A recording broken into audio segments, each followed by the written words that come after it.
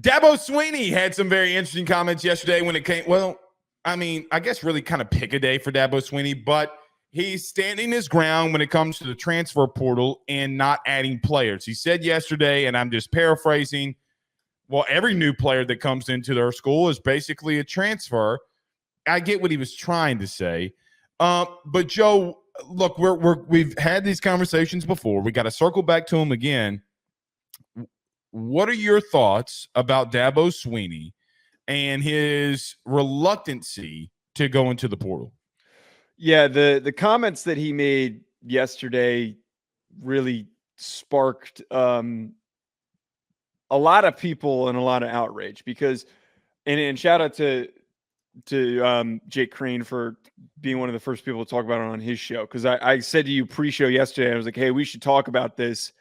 They spoke about it on their show, and then Dabo comes out with the comments. So it was hilarious catalyst of events here. Man, he knows how to spin shit so quickly. He knows how to spin shit so quickly. And it goes even further than him making the comment, oh, well, technically high schoolers are transfers coming into our football program. He also, and I commend him for being positive by bringing up the graduation rates of players, but man, like we're talking about football here, like, and he's talking about how the graduation rate was so high for one of his most disappointing seasons as a head coach. Like he is so great at deflecting, Blake. So great. I'm not going to sit here and say that Clemson is in a position where their roster is as bad as like Wake Forest. It's not. They have recruited well enough where they are going to be good and competitive and have a top 4 roster in the ACC this upcoming year. Mm-hmm. But what's disappointing is that the expectation that we're used to seeing is that Clemson is good enough to compete for a national title. This is not a team that is going to go to the playoff in 2024. All of the other teams around them have had equal high school recruiting classes and then have aggressively boosted their rosters thanks to the transfer portal. We're talking about Florida State. We're talking about Miami specifically. Since 2022, per 247 Sports, Blake, they've finished 14th, 15th, and 15th in the rankings for team recruiting. You can do what you want with those numbers. People like to argue that they don't mean anything. At the end of the day, industry experts say that they're more middle of the top 20 than they are in the top 5. They're not recruiting at the same level that we're used to seeing. All this comes back to is what I have yelled about and why I have just not bought in with the bullshit that Dabo has peddled, is that he is coaching like this is 2010 and it is 2024. And he refuses to get caught up with the times. And I'm sick of people apologizing for him. There should be no expectation that they're going to get back to where they once were. This is the expectation going forward.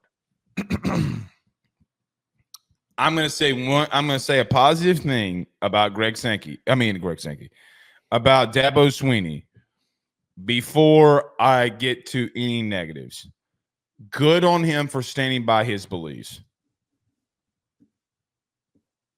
Good for him. I mean, cool. Joe, nice. That's wonderful. Can I make another thing? Joe, I talked about this yesterday. I'm going to bring it up again.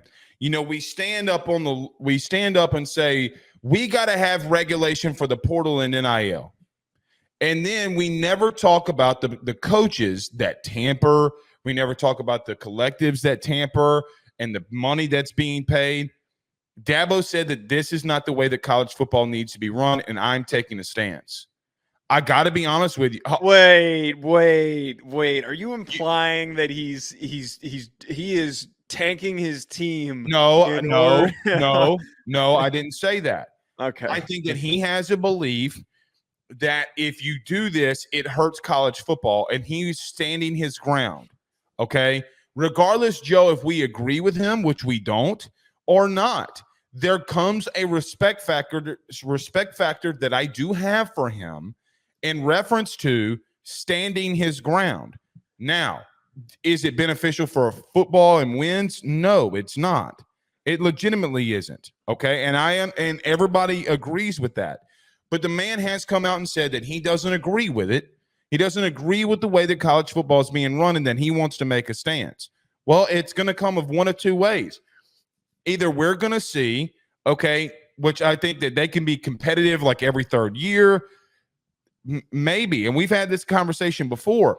But when he's not replenishing his program to make the consistent runs that they had been making, and it's gonna really hurt his program. I do think that they're dipping, and I do think that there comes a point where if you're Clemson and say, well, if Dabo doesn't want to get in the new age of college football, Joe, I'm going to say something. I don't know if Dabo doesn't need to be, I don't know if the fan base doesn't need to have the serious conversation to themselves if they don't need to move on from him. I think Dabo's a great coach, by the way. I really do. Joe, before was a great coach. Is. You don't just stop being a bad coach. Joe, he did. The reason he's not having success is because he's not doing what everybody else. He hasn't changed. But it's everything that has led to this stuff where it doesn't change his recruiting. It doesn't change his philosophy. It doesn't change his X's and O's. It doesn't change how he out schemes people. Like we take his inability. I point to everything, Blake. I point to recruiting has taken a step back. There is no activity in the transfer portal.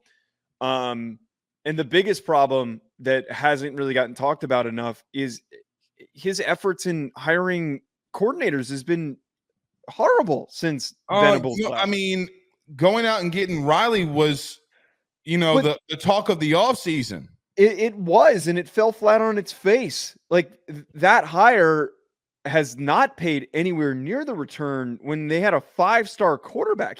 Riley turned Duggan, a 4-star, into a Heisman Trophy candidate, and Cade Klubnik was up and down all over last year. And they have there's no receivers that are really necessarily being enticed to come in. Now, they did first starting year had an off year. Who would have ever thought that would happen? I mean, look, all I'm saying is that I don't see where the version of him. Question? Why is it that Quinn Ewers gets the benefit of the doubt and Cade Klubnik doesn't? I'm not saying that Cade Klubnik doesn't get the benefit of the doubt. This is more of a Garrett Riley point. But my point is Duggan was a 5th-year quarterback. I mean, this kid is Joe. He just turned 21. Duggan was literally contributing to his 401k. He was about to get his AARP card. He wasn't that old. He wasn't that old. He's 25. He's not 25. Look how old Sam Duggan is. Max Duggan. He's 23. Settle down. He's 23. In college football years, he was 21. He was 21. He was 22. His birthday is, when is his birthday? March 12th, 2001. So that means he'd have been 22 when they played a national title game. No, 2 years ago, he would have been 21. Oh, yeah, right. Damn. God, where's the time flown? He's still old as shit. I think you bring up a really good point. And actually, it's not even a point. I have been saying this. Coaches get passed by sometimes, man. Yes. It doesn't. Not everyone's Nick Saban. Not everyone has unlimited sustained success. Okay, Trust me, I know. We literally had a Les coach. Miles is a great example. In the comparison, people are saying that he's less. But here's the problem I have when people shit on Les Miles. I understand all the crazy, creepy shit that he did that came out later. Les Miles was a sumbitch. That, I mean, bro, his teams were tough. He wouldn't spare money in recruiting. You can make fun of Les all you want to. Those teams were knocking dudes' heads off. Okay? So I get when people try to make that comparison. Dabo ain't recruiting the way that Les was. Les just wouldn't innovate offensively, which killed him. The problem that I have with Dabo, Joe, you got to go into the portal. You got to make your team better. You're doing no one on your team any benefit by not bringing in really good players. However, I do understand where Dabo's coming from. Joe, he has been consistent. I don't agree with him. I understand. I think that when I say that I understand where he's coming from, doesn't mean I have to agree with him. Joe, I do. What's crazy is you've had the same comments and I've had the same comments in reference to, hey, man, some of the stuff that's happening in college football is killing it. He's making a stand on it, and it's going to kill him. It's a slow, Joe. It's a slow death. I get what you're saying, but like Joe, you cannot say he doesn't deserve to be depicted as some sort of hero, some martyr that is saving the world or trying to save and dying on this hill. He's never come out and said that, though, Joe. He's never come out and said that. But here's the God's honest truth, and you cannot. I just think he's stubborn and he's getting caught on it. That's all this is. That is true. I'm not saying he's not stubborn. But what I also would say is you can't come out here and say that everything needs to be regulated and college football is broken and needs to be fixed. And when someone makes a stand by themselves and doesn't care what anybody else says, you can't say that he's wrong. Joe, you've come on this show numerous times saying that we need regulation. He is not feeding into the beast. Yeah, but he is not going to.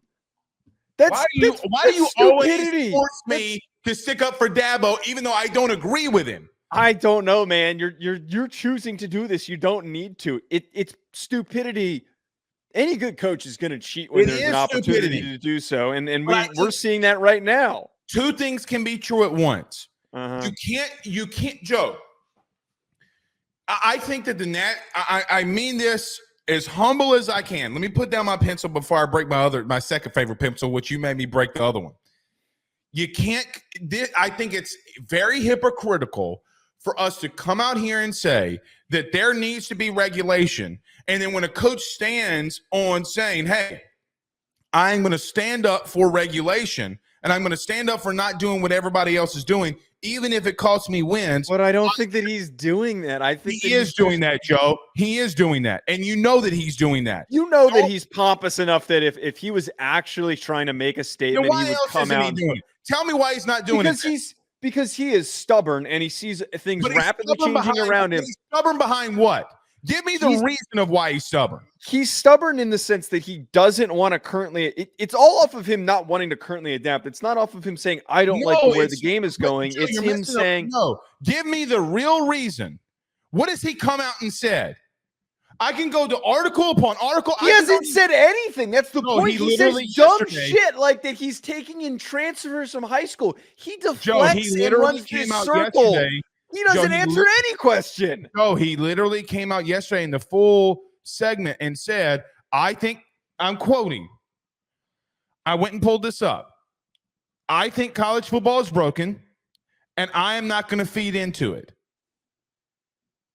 And I agree with that statement. Cool. He thinks he's a martyr and he's going to die on that hill. Good for him. Everybody that has taken a stance that was unpopular, when we look back in history, Joe, do you agree with him? Is college football broken?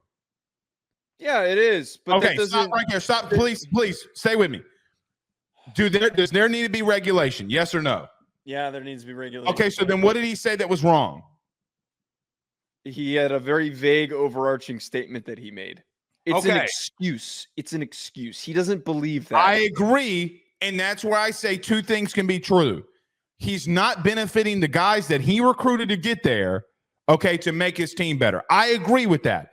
But the statement that he's making is not wrong. No, it's not wrong, but he's doing the bit that he's done over the past couple of years throughout this regression of just he's making excuses as much as he can. Are you going to the football side of it very quickly because we got to get to Carmani McClain? Are you surprised that they're second on FanDuel, BetOnline, all Caesars, all these places? I have. That is free money to bet against them. I mean, they're number one. Right, let me ask you a second question. Why do you think Clemson's second in the betting markets? I think that enough people see Clemson and they put money down, and I think that there's not enough action on those bets at the moment that the markets are just shifted. It's going to change. It's going to change. I don't think it's off. But why would the line open like that? I don't. BetOnline remains your top spot for all of your live betting action and contests. NFL, college football, UFC, NHL are all in full swing.